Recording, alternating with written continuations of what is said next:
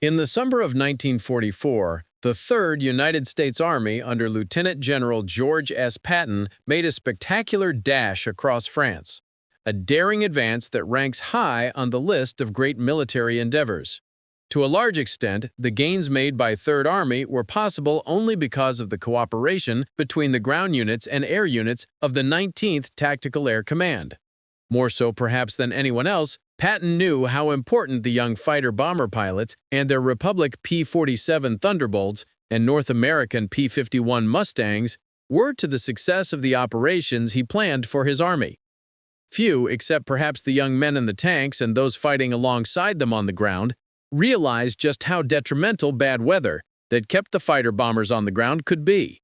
But the Germans knew, and they planned their movements to avoid the deadly jabos, as they called the Allied fighter-bombers. Third Army had learned how air and fast-moving armor could complement each other and allow a particularly audacious army to quickly overwhelm and defeat superior forces.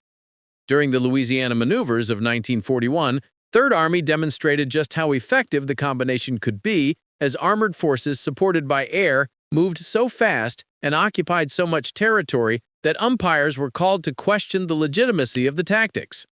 Third Army's success enhanced the reputation of its commander, a German immigrant named Walter Kruger. Kruger's sledgehammer in the campaign that drove his Second Army adversaries all the way to Arkansas was the 2nd Armored Division, which would later earn fame as the Hell on Wheels Division. The division's success in the maneuvers was largely due to the leadership of its commander, a man whose basic philosophy was to always be audacious, Major General George Smith Patton. 3 years later, Patton became Third Army's commander when it arrived in England. He brought with him his tremendous respect for air support and plans to use it to enhance the power of his new army. Marshall and other senior Army officers were well aware that in spite of his faults, the flamboyant and often outspoken officer was the most effective ground commander in Europe, and probably in the entire U.S. Army. Once Allied troops had secured a beachhead in Normandy and managed to make their way off of the beaches, there would be a need for a hard-driving army led by a particularly dynamic commander who knew how to exploit the military advantage and defeat the enemy. Third Army had remained in the United States during the early years of the war, as many of its commanders and key staff officers went overseas with other units. Marshal Kruger went to the Pacific by personal request of General Douglas MacArthur. Kruger's replacement proved far less effective, perhaps due to his policy of delegating too much authority to his chief of staff, leading Marshall to decide that he was not the man to lead Third Army in combat. When Third Army arrived in England, the troops were unexpectedly greeted by Patton, their new commander. Patton immediately initiated a shakeup in the command structure and began emphasizing his thoughts on tactics, including his belief in the importance of air support. The air unit responsible for support of Third Army was to be the 19th Tactical Air Command. U.S. forces moved down a French road littered with German vehicles. The Third Army would advance some 97 miles in the first 10 days of the breakout from St. Lo. The 19th Tactical Air Command was one of two special commands that were planned for the 9th Air Force, an air unit that was organizing in England in early 1944 to provide support to the ground forces during and after the Normandy landings. In addition to the typical fighter, bomber, and troop carrier commands, 9th Air Force was to include two tactical commands, the 9th and 19th, each of which was to be dedicated to an army. The 9th TAC was assigned to support 1st Army, while 19 TAC was dedicated to the support of 3rd Army. Both commands were equipped with several combat groups flying single-engine fighter bombers and reconnaissance aircraft.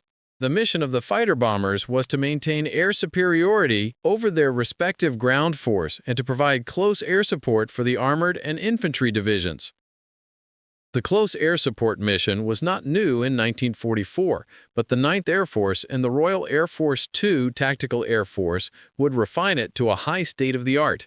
Luftwaffe dive bombers and light bombers had played a major role in the German blitzkrieg strategy in the early years of the war, and Allied commanders had taken note of their employment. U.S. Army pilots became proficient in ground attack in New Guinea in the summer of 1942, and Army and Marine fighter pilots adopted the tactic in the struggle for Guadalcanal. The British Western Desert Air Force made ground cooperation a major RAF mission in North Africa, then taught the tactics to the American fighter pilots who joined them. Patton himself had become familiar with the possibilities afforded by air power in support of ground units in North Africa and Sicily. Perhaps no other commander was better acquainted and more appreciative of air power than Patton. Planning for the Normandy landings called for the creation of two tactical air forces to support the invasion and to provide air support for the ground forces once they were ashore. The RAF established its 2 Tactical Air Force from its Ground Cooperation Command, and the U.S. Army Air Forces established the 9th as a tactical unit. The 9th had formerly served in North Africa primarily as a heavy bomber force, operating long-range consolidated B-24 Liberators on missions against targets in North Africa and the Mediterranean. Under the Overlord Plan, the RAF 2 Tactical Air Force would provide support for Field Marshal Bernard Montgomery's 21st Army Group, while the U.S. 9th Air Force would be responsible for supporting Lieutenant General Omar Bradley's 1st Army Group. Overlord called for 1st Army to hit the beaches at Normandy along with the British 2nd Army, with both armies under Montgomery's overall command. 3rd Army would initially remain in England, then would begin moving to Normandy between D+15 and D+30. 3rd Army, codenamed Lucky, began moving to the Normandy beaches on D+29, July 6, 1944. Patton set up his command post near the Norman town of Nauvoo, about 15 miles south of Cherbourg and just inland from Utah Beach. Brig Gen Otto P. Opie Weiland, commander of 19 TAC, set up his command post adjacent to the Lucky command post. The 3rd Army staff also included its own air intelligence and planning sections. Lucky's initial mission was to break out of the Normandy beachhead and capture Brittany, the French region south of Normandy, and to open its seaports to Allied shipping. Once Brittany had been liberated, 3rd Army was to either drive east toward Metz and the Saar, or make a sweep south of the Loire River. 3rd Army was set to become operational on August 1st, as was 19 TAC. Even though the 3rd Army headquarters was in Normandy, all of its assigned units were not. Some units were being held in England awaiting equipment while others were making the move to France. The 19 TAC's combat groups were also still in England, although 9 TAC had moved most of its fighter bombers to Normandy. Initially, 19 TAC included 3 fighter bomber groups, 2 equipped with Republic P-47 Thunderbolts and 1 with North American P-51 Mustangs.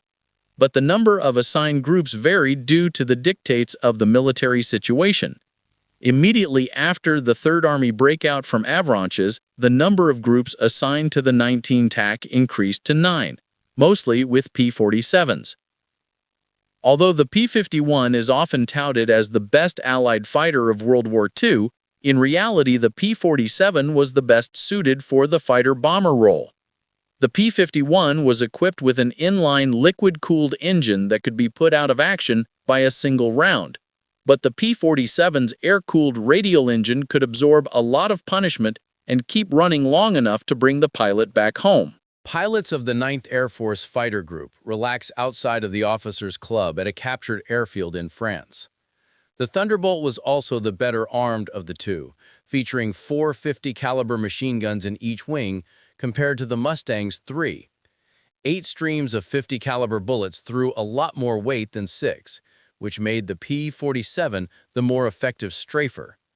Consequently, P-51s were often used to provide an air umbrella over the battlefield to keep German fighters at bay, as the P-47s went in low to attack German armored columns with rockets and bombs.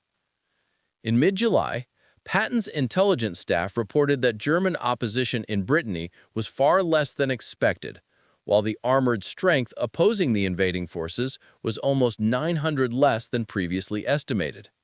Furthermore, most of the German armor was concentrated in the Bocage-Cannes sector opposing Montgomery's 21st Army Group.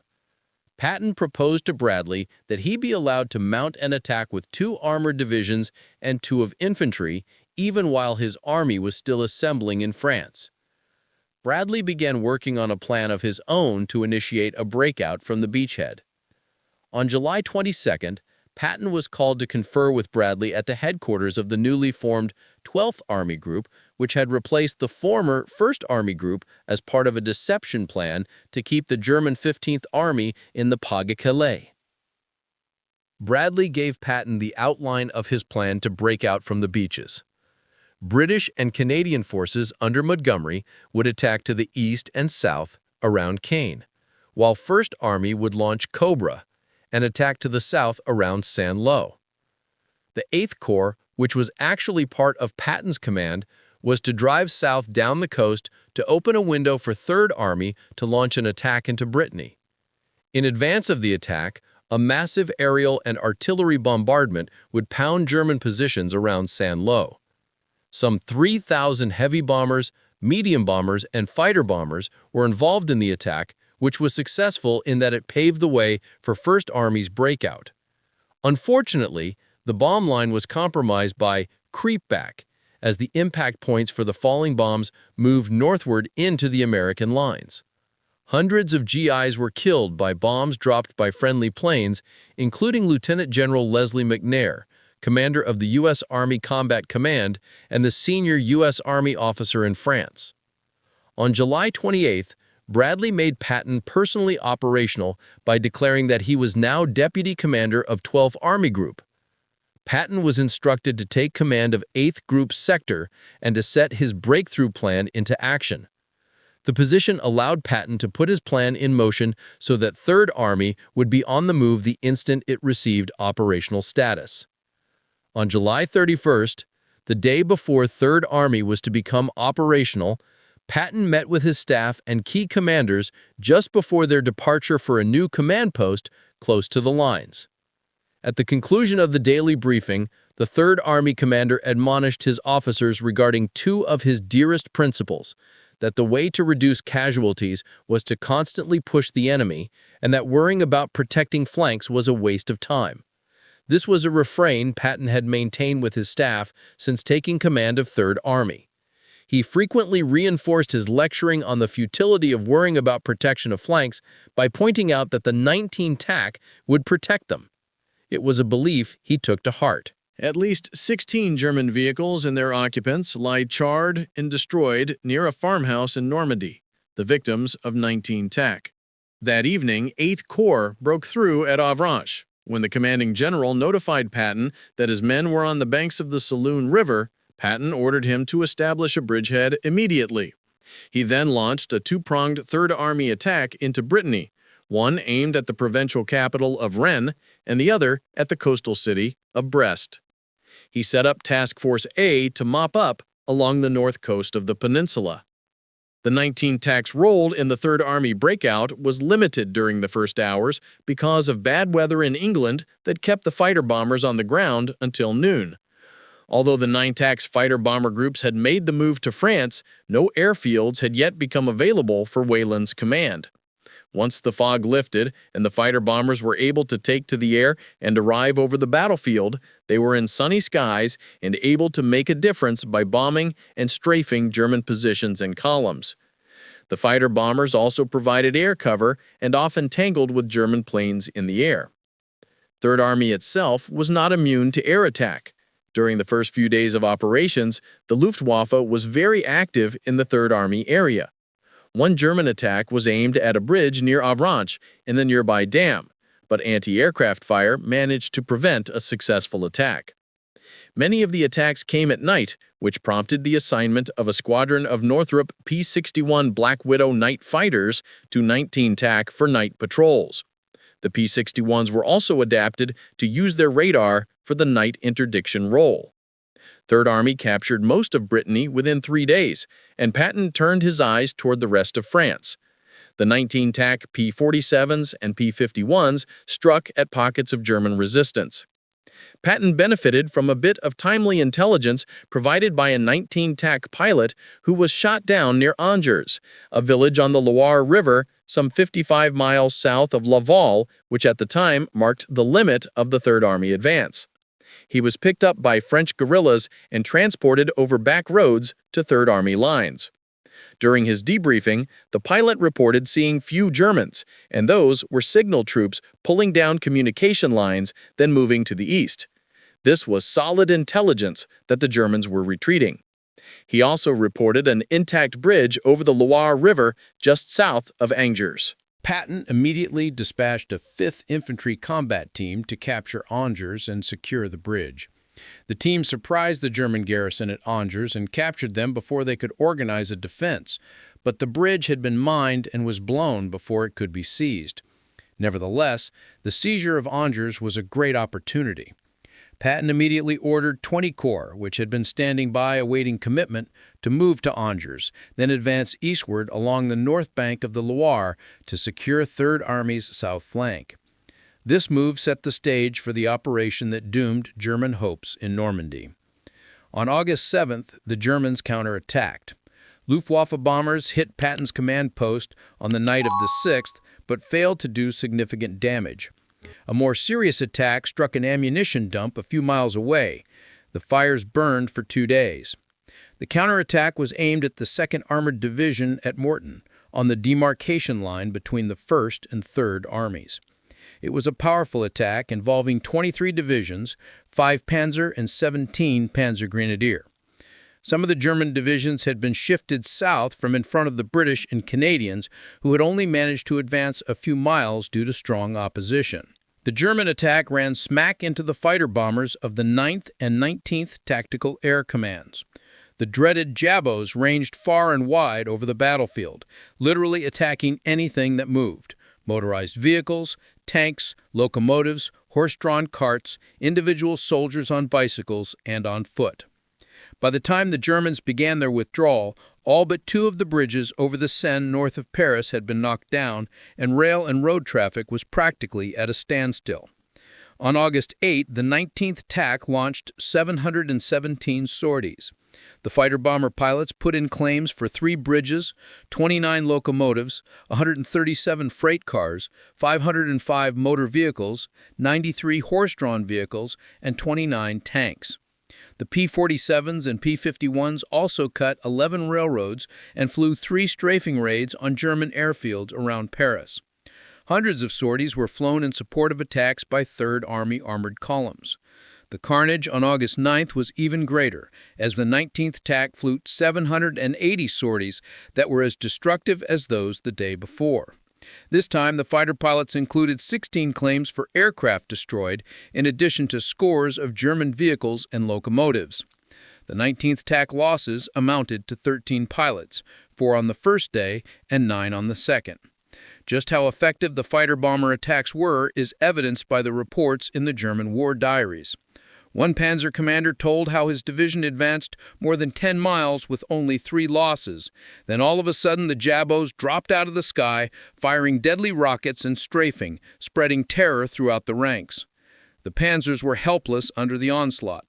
Tanks and trucks were quickly turned into smoldering wrecks, and the previously rapid advance turned into a debacle as the roads became blocked by burning vehicles. The German 7th Army diary recorded how the counterattack came to a standstill under the deadly attacks. The Germans were further frustrated by the absence of the Luftwaffe, which was prevented from providing air support to the Panzers by the umbrella of the 19th TAC P-51s that covered the battlefield. By August 11th, the German attack had been broken, and the outcome of the war in Europe had all but been decided. The capture of Angers put Third Army into position to attack northward at the back of the German 7th Army and completely envelop the entire German force in Normandy. On August 11, elements of Third Army captured Alençon, cutting the highway leading north to Argenton. With Alençon in Allied hands, the Germans realized they were in danger of being completely cut off and began milling around. A 19th TAC P-47 squadron spotted 800 to 1,000 motor vehicles driving aimlessly around just west of Argenton and went in for the attack with bombs and guns, firing until exhausting all of their ammunition. The 19th TAC pilots claimed an estimated 400 to 500 vehicles burned out or blown up during the action. After dropping all of his bombs and exhausting all of his ammunition, one fighter pilot dropped down low and jettisoned his gasoline-filled belly tank on a line of 12 trucks. He saw them go up in flames in the exploding gasoline. Elements of Third Army had advanced to within a few miles of the town of Falaise, which lay some 18 miles northwest of Argenton. The Germans had been routed, and XV Corps had the tanks and troops to seal off their escape route. At this point, military politics reared its ugly head. SHAEF, meaning Eisenhower, ordered Patton to halt his forces at Argenton. Field Marshal Montgomery's British and Canadian forces would advance and take Falaise. Patton was told to set down the 90th Division and 2nd French Armored Division in the vicinity of Argenton and to send the bulk of XV Corps some 50 miles eastward toward Paris to capture the town of Dreux and the nearby airfield. Eisenhower's explanation for the halt was that the British had sown the area around Falaise with time bombs. This, however, was a ruse. The real reason for the halt was that Montgomery had insisted on capturing Falaise himself and put pressure on Ike to halt Patton's forces at Argenton. Montgomery took his time moving forward, and it was not until August 19th that the Falaise Gap was finally closed. Meanwhile, what was left of the German 7th Army escaped.